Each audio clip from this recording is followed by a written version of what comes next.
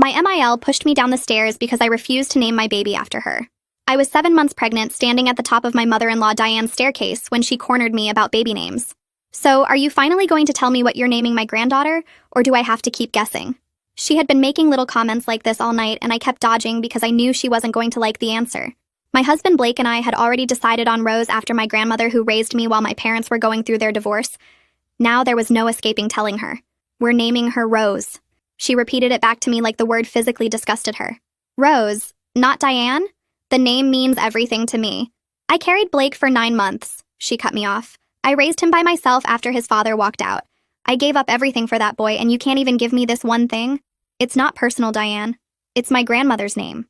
Diane laughed, but there was nothing funny about it. Your grandmother. Some woman I never met matters more than the woman who created your husband? That's not what I meant, I stuttered out. Then what do you mean? Because it sounds like you're telling me I don't matter. That 32 years of sacrifice mean nothing to you. Her voice was getting louder, and I made the mistake of saying, let's talk about this later when you've calmed down. Calm down? You're standing in my house telling me my name isn't good enough for your disgusting baby and I need to calm down? She stepped closer and I stepped back, but there was nowhere to go. Just the stairs behind me. You know what I think? I think you've been trying to push me out since the day you met Blake. You want him all to yourself. You want to erase me completely. Diane, that's not true. Please understand where I'm coming from with this. I could feel the sweat beads on my forehead. Then prove it. Change the name. Diane, you can't ask me to do that. Her eyes went cold in a way I'd never seen before. Wrong answer. Before I knew it, her hand was on my chest and she pushed me hard and I lost my balance and started falling. I grabbed at nothing. My hip cracked against the stairs and my arms wrapped around my belly because my brain could only scream one thing: protect the baby. When I hit the bottom, the wind left my body and I just lay there staring up at 40 frozen faces. Diane was still at the top with her arm extended, and for half a second I saw it. Satisfaction. Like she did exactly what she meant to do. Then it vanished and she came rushing down the stairs sobbing. Oh my God, she slipped. I tried to grab her. Someone called 911. Blake pushed through the crowd and dropped to his knees beside me. Baby, are you okay? Can you move? Is the baby okay? Diane was right behind him, wailing about how scared she was and how she tried to catch me, and I couldn't take it anymore. She pushed me, Blake. She pushed me. The crying stopped. Diane stared at me with this wounded animal expression. Blake, do you hear this? Do you hear what she's accusing me of? She grabbed his arm and her voice went high and hysterical. I would never hurt my grandbaby. I tried to catch her. She's confused, Blake. She hit her head. She doesn't know what she's saying. Nobody said anything. Blake looked between us like he was watching his whole world split in half. Mom, just give her some space. Oh my gosh, how is this happening to me? She wailed as she went to sit down on the couch. The ambulance came. Blake rode with me, holding my hand the whole way. He kept asking if I was okay and telling me everything was going to be fine, but he had this look that told me he couldn't figure out which version of the story to believe. At the hospital, they hooked me up to monitors, and after what felt like forever, we got news that the baby was okay. I started crying so hard I couldn't breathe. Blake cried too. He kept whispering "thank God" over and over, and I thought, okay, now he believes me. Now he sees what his mom really is. But then he asked me what really happened up there. I told him again. He went quiet for a long time, and my stomach started sinking. She was upset about the name, I know that. But she wouldn't physically hurt you? You probably lost your balance. Blake, she put her hand on my chest and she pushed me. He squeezed my hand like he was trying to comfort me through my own delusion. You're exhausted and you just went through something traumatic. Maybe your brain turned her reaching for you into something else. I could see it in his eyes. He needed this to not be true. He needed his mother to still be the person he thought she was. And I was so tired. The monitors kept beeping and my hip was throbbing, and our daughter's heartbeat filled the room, and I just wanted it all to stop. So I said maybe it happened fast. Maybe I wasn't totally sure what I felt. Blake's whole body relaxed and he kissed my forehead. Let's just focus on the baby being okay. I let him believe it, because I didn't have the fight left in me to force him to see something he was desperate to unsee. That night, I lay awake in the hospital bed, with my hand on my belly, replaying it over and over, her palm flat against my chest, the half second of nothing beneath my feet. I knew what I felt, and I knew Diane was at home right now, calling every family member, rehearsing her version until it sounded like the truth. By morning, the story would become something I couldn't recognize anymore. I had maybe 12 hours before her lie became the only thing anyone remembered. By the next morning, Diane's version had already spread. I woke up to 17 text messages from people I'd met maybe twice. Blake's aunt asking if I was feeling better after my fall. His cousin saying she heard I'd been struggling emotionally and hoped I was getting help. Another cousin saying Diane had called her at midnight crying about how worried she was about me and the baby. Not worried that she pushed me. Worried about me. Like I was the problem. I called Blake's aunt because I needed to hear exactly what Diane was saying. Oh, honey, she's just so worried about you. She told me you've been hormonal and erratic this whole pregnancy. That poor woman was sobbing on the phone saying she doesn't know what she did wrong. She said Blake's been struggling with your mood swings for months and she's been trying to support him through it. And then to be accused of something so horrible in her own home? She made a tisking sound. She asked me if I thought you were stable enough to be a mother. She's not trying to be cruel, sweetheart. She's genuinely scared for that baby. I couldn't feel my hands. She said that? That she's scared for my baby? She's just concerned, we all are. You know there's no shame in getting help. I hung up and immediately called my sister Val and rambled on. Listen, Marie, she said sternly when I finished. You need to get Blake's head out of his ass before this baby comes or you're going to be co-parenting with that woman for 18 years. Screenshot every text. Record every conversation. This is only going to get worse. In the moment I was thinking, how worse could this possibly get? I didn't know just how worse it could get. When Blake got home that night, I was ready. We need to talk about what your mother is telling people. He sighed and set his keys down. I already talked to her today. She's really hurt by all this. My jaw actually fell. She's hurt? Blake? She's telling your entire family that I'm mentally unstable. She told your aunt she's worried I'm not fit to be a mother. That's not what she said. She's just worried about you, about the stress you've been under. What exactly did she say to you? He sat down across from me and his whole face softened. She was winning him over. She told me about her childhood. Her mom abandoned her when she was 6. She just left a note and never came back. She grew up feeling like she didn't matter to anyone, like she was invisible. And then she had me and finally she felt like she existed, like she meant something. He looked at me with tears in his eyes. I could see where this was going and I wanted to scream. She said naming the baby Diane would have meant she finally mattered enough to be remembered. He reached for my hand. She said she feels like you've never respected her place in this family, like you've been trying to push her out since we got engaged. Did she talk about the push at all? She said she would never hurt you. That you know that. That's not an answer. She said she reached for you when you started to fall. She said she's been replaying it in her head over and over and she doesn't understand how you could think she'd ever hurt her own grandchild. I pulled my hand back from his. So she spent the whole conversation crying about her childhood and never once talked about what she actually did to me. She talked about it. She said she didn't do it. And you believe her. I believe she had a terrible childhood and loves her son and made a mistake in how she reacted to the name thing. But I don't believe she pushed you. I can't believe that. If I believe that, then everything I know about my mother is a lie. There it was. The truth underneath all of it. He couldn't believe me because believing me would break something inside him. And Diane knew that. She'd spent 32 years building herself into the center of his world. The sacrificing mother. The abandoned child who gave everything for her son. She wasn't just denying the push. She was making it impossible for Blake to see the push without destroying his entire foundation. She's telling your family I'm mentally unfit to be a mother. She's just scared. She thinks you're going to take me away from her. The air left the room. You're defending the woman who almost took our daughter away from us. He stood up and grabbed his keys off the counter.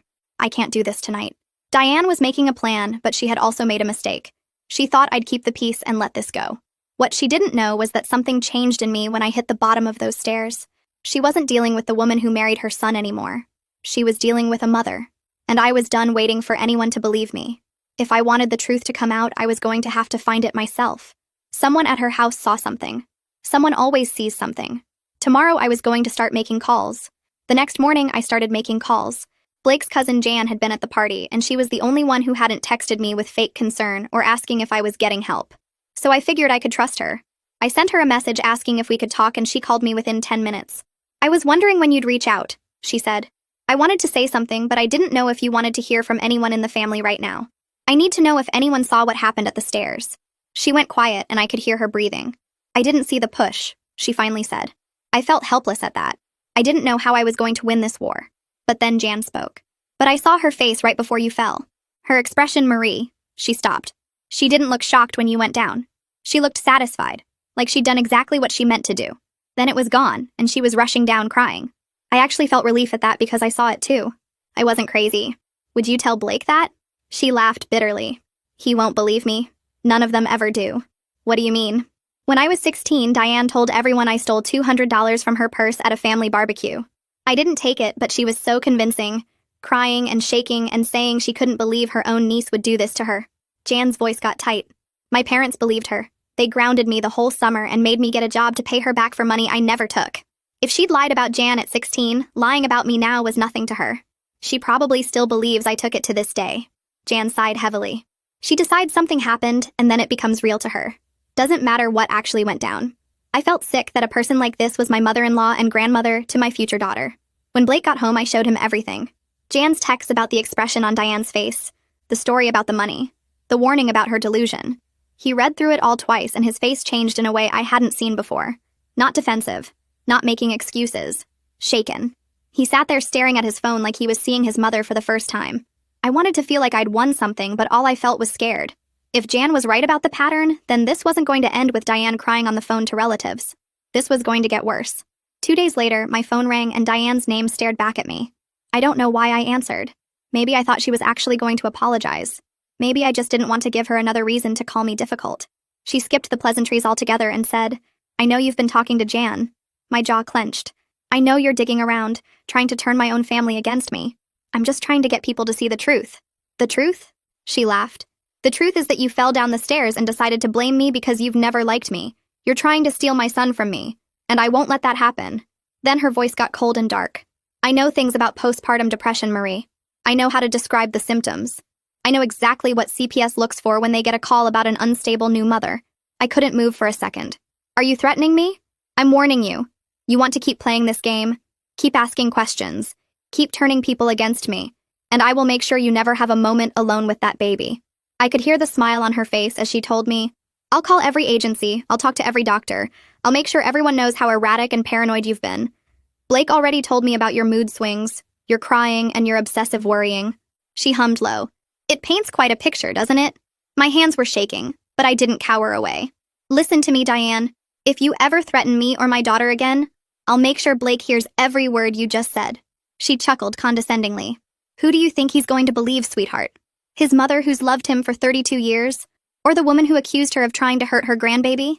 She hung up and the silence filled the room. She'd actually said it out loud. Threatened to call CPS. Threatened to take my baby. And she did it over the phone because she knew I couldn't prove it. No witnesses. No recording. Just her word against mine like always. And if she was already thinking about CPS, then she'd probably already started laying the groundwork. The question wasn't whether Diane was coming for my baby. It was how much of a head start she already had. And that thought terrified me. 2 weeks passed with nothing. No calls, no texts, no Diane showing up at my door with a new threat wrapped in a smile. The silence should have felt like relief, but it just made everything worse. I tried to focus on getting ready for the baby, washing the tiny clothes and folding them into the dresser we'd painted pink, setting up the crib and hanging the little mobile with the stars and moons that played a lullaby when you wound it up. Normal things, safe things, but every creak in the house made me flinch. Every time a car slowed down outside, I'd find myself at the window. Blake said maybe his mom was finally thinking about what she'd done, but I saw him checking his phone constantly, waiting for something he wouldn't admit he was waiting for. At my baby shower, Val made sure it was just my side of the family. No one from Blake's side. But the whole time I kept watching the door, expecting Diane to walk in with that calm smile that means she's about to detonate. Val caught me looking and squeezed my hand and told me things would be okay. I tried to smile, but my face wouldn't let me because I knew this wasn't over. Diane doesn't let things go. She doesn't forgive and she doesn't forget. She just waits. 3 weeks later, I was at my OB appointment, and something felt off the second I walked in. The receptionist, who usually smiled and asked how I was feeling, barely looked at me. She just checked me in and told me to wait without making eye contact. I sat in the waiting room with my hand on my belly trying to figure out what changed. Maybe she was having a bad day. Maybe I was being paranoid. But then I noticed one of the nurses glancing at me from behind the desk and looking away when I caught her. By the time they called my name, my stomach was in knots, and it had nothing to do with the baby. The appointment itself was fine. Baby was healthy, heartbeat strong, 2 to 3 weeks until my due date. But when we finished, my doctor asked if she could speak to me privately for a moment. She closed the door and sat down across from me with this careful expression on her face. "I need to tell you something and I want you to stay calm." My whole body went cold. "Is something wrong with the baby?" "No. The baby is perfect. This is about something else." She paused like she was choosing her words carefully. "We've received several calls over the past 2 weeks from someone claiming to be a concerned family member. They've been asking questions about your mental health history, whether you've shown signs of instability or paranoia during your pregnancy, whether you've had any psychiatric episodes." I couldn't breathe for a second. "What did you tell them?" "Nothing. We don't release patient information to anyone. But I wanted you to know because the calls have been persistent and specific. Whoever this is seems to be trying to build some kind of case." I knew exactly who it was. I didn't even have to guess. "I need to put a password on my file. No information goes to anyone including family without that password." My doctor nodded. I was going to suggest the same thing. I'm also documenting these calls in your chart in case you need a record later. I thanked her and walked out of that office with my hands shaking. Diane wasn't just talking anymore. She was making moves. 2 days later, my boss called me into her office. She looked confused and a little uncomfortable. I got a strange call this morning. Someone claiming to be a friend of yours. They asked if you'd seemed erratic or unstable at work lately. They mentioned you were pregnant and suggested someone should check on you. My jaw clenched. Did they leave a name? No. They said they wanted to stay anonymous because they didn't want to upset you. But they were very insistent that I should be watching for warning signs. She looked at me carefully. Is everything okay? Is someone harassing you? I told her it was a family issue, and I was handling it. She nodded, but I could see the doubt in her eyes. That's what Diane wanted. She didn't need anyone to believe her completely. She just needed to plant seeds, get people asking questions, create a trail of concerned calls so that later if anyone investigated, they'd find a pattern of people expressing worry about my mental state. I called Val on my way home and told her everything. She was quiet for a long time, and then she said she'd been doing some digging. She'd reached out to Blake's aunt, the one who'd asked if I was feeling better after my fall. She told me Diane has been calling her every week crying about you, saying you've been having psychotic episodes, saying she's terrified for her grandbaby. I pulled over because I couldn't drive and hear this at the same time. There's more, Val said. She asked the aunt if she'd be willing to be a character witness. If something happens. Those were her exact words. If something happens. I sat there in my parked car staring at nothing. Diane wasn't just trying to make me look crazy. She was recruiting people, getting witnesses lined up for whatever she was planning. When Blake got home, I sat him down and told him all of it. The calls to my doctor. The call to my work. What his aunt told Val. I watched his face change as I talked. First confusion, then disbelief, then something I'd never seen on him before. Fear. She's trying to take the baby, he said quietly. I didn't say anything. I just let him sit with it. He pulled out his phone and called her. I watched him put it on speaker. She answered on the second ring, all sweet and warm. Hi, honey. I've missed your voice. Mom, have you been calling Marie's doctor? Silence. A long one. Then her voice came back different. Careful. I'm just worried about the baby. You know your wife hasn't been stable. You've told me yourself how emotional and paranoid she's been. Blake hung up. He sat there staring at his phone with his face pale. I realized then what had happened. Blake had been venting to his mother the way he always did, telling her I was tired and emotional and worried about the birth. Normal pregnancy stuff. And Diane had taken every word and turned it into ammunition. She didn't call back. She didn't text. I almost wished she would because the silence was worse. That night, Blake went to check the mail and came back holding a single envelope from his mom. He handed it to me and I opened it. Inside was a piece of paper with neat handwriting. Blue ink. The letters slightly slanted to the right. It said, all you had to do was name her after me. Enjoy these last weeks together. I read it 3 times. My hand started shaking so hard the paper rattled. Blake took it from me and read it, and I watched his face go white. Neither of us said anything for a long time. That night, I couldn't sleep. I just lay there with my hand on my belly, feeling my baby's kick and thinking about that note. Diane had walked up to our house, put that envelope in our mailbox with her own hands. While we were inside living our lives, she was right there, close enough to touch our door. She wasn't hiding anymore. She wanted me to know she could get to me whenever she wanted. The birth was 2 weeks away, maybe less. And Diane had made it clear she wasn't going to miss it. I went into labor at 39 weeks on a Friday morning. My water broke in the kitchen while I was making toast, and for a second I just stood there staring at the puddle on the floor, thinking this is it. Blake drove me to the hospital going 20 over the speed limit the whole way. When we got there, Blake reminded the nurses that his mom was not allowed in under any circumstances before I could. Her name is Diane. If she shows up, you call security. Don't talk to her. Don't let her talk to anyone. Just get her out. The nurse looked a little startled by his tone but nodded and made a note. He turned to me and took my face in his hands. She's not getting anywhere near you, I promise. I finally felt supported throughout this whole thing. After the note his mom left, he completely changed his tune and admitted to himself that his mom was a cruel person. 6 hours into labor, I was gripping Blake's hand through contractions that felt like my whole body was being torn apart from the inside. The pain came in waves that made it impossible to think about anything else. I'd squeeze Blake's fingers until I could feel his bones grinding together, and he never complained once. He just kept telling me that I was doing amazing, and our Rose was almost here. Then I heard yelling. It was distant at first, coming from somewhere down the hall. I couldn't make out the words, but I knew that voice. I'd know it anywhere. Blake's head snapped toward the door. No, no, no, no! The yelling got louder. She was screaming about her rights, about her grandbaby, yelled that we were keeping her away from her own family. Blake was out the door before I could stop him. Another contraction hit, and I couldn't do anything but grip the bed rails and try to breathe. I could hear Blake's voice now mixing with Diane's. His was low and hard. Hers was high and hysterical. You need to leave. Right now. Blake, honey, I'm just worried about the baby. You know she's not stable. You've told me yourself. I said leave. I'm your mother. I have every right to be here when my grandchild is born. You have no rights. You lost them when you pushed my pregnant wife down the stairs. I didn't push her. She fell. Why won't anyone believe me? I'm being treated like a criminal when all I've done is love this family. You threatened to call CPS on her. You called her doctor. You called her job. You left a note in our mailbox telling her to enjoy her last weeks with our baby. You're not a concerned grandmother. You're a stalker. How dare you speak to me like that, after everything I sacrificed for you? I gave up my entire life for you, Blake, and this is how you repay me? By choosing her over your own mother? Yes, I'm choosing her. I'm choosing my wife and my daughter. And I'm telling you right now, if you don't leave this hospital, I will call the police myself. The nurse came back in looking shaken. Ma'am, your husband is handling it, but she's asking to speak to a social worker. She's telling people you've threatened to hurt yourself. I laughed. Actually laughed even though another contraction was building. Of course she is. 20 minutes later, a woman in a blazer came in and introduced herself as a social worker. She said she had to do a wellness check based on concerns that had been reported. What concerns? I asked through gritted teeth. Someone claimed you have a history of mental illness and have threatened to harm yourself. They said your husband is too afraid of you to speak up. Blake came back in right then. His face was red and his hands were shaking. That someone is my mother. And she's lying. She's been harassing my wife for months. She's been calling her doctors and her workplace trying to make her look crazy. Every single thing she told you is a lie. The social worker looked at me. Is this true? All of it. Check my medical records. Check the notes from my OB. It's all documented. I put a password on my file because she was calling pretending to be family.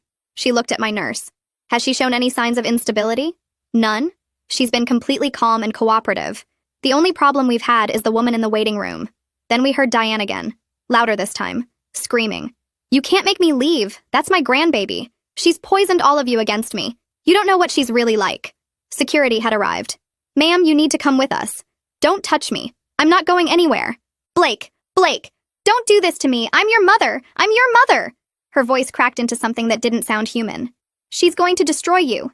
She's going to take that baby and leave you with nothing. I'm trying to save you. I heard scuffling. Heard her screaming about lawyers and rights and how everyone would be sorry. This isn't over. Do you hear me? This isn't over. Her voice got further and further away until finally there was nothing. She screamed all the way to the parking lot. Blake came back to my bedside. His eyes were wet. He took my hand and pressed his forehead against mine. I'm so sorry. I'm so sorry I didn't see it sooner. I didn't have the energy to respond because another contraction hit and suddenly it was time to push. Rose was born at 12:01 that night. They put her on my chest and she was so warm and so small and everything else just stopped. Blake was crying. I was crying. She had dark hair and tiny fingers, and when she opened her eyes and looked at me, I forgot Diane existed. I forgot the screaming and the threats and the months of fear. It was just us. Me and Blake and Rose. Our daughter. Named after my grandmother who raised me. The woman who made me feel like I mattered. Diane didn't get to take that. She didn't get to take anything. Not anymore. Blake and I filed a restraining order 3 days later.